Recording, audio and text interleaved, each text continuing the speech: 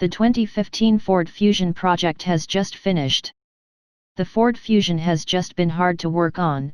There was really a bit of a problem with the tailgate hinges, and after the new tailgate hinges have been installed, and after the new tailgate hinges have been fitted. And not just the tailgate curve, but the hinge is okay as well. I have already done polishing. After polishing I have already washed my car washers. I did clean inside but it was really dirty. You have to be clean and nice inside. I just did rebuilding the gears on carbon foil. And it's after it's over and I have to give my car back to my friend Arkadiusz. David told me it turned out nice and thanked me.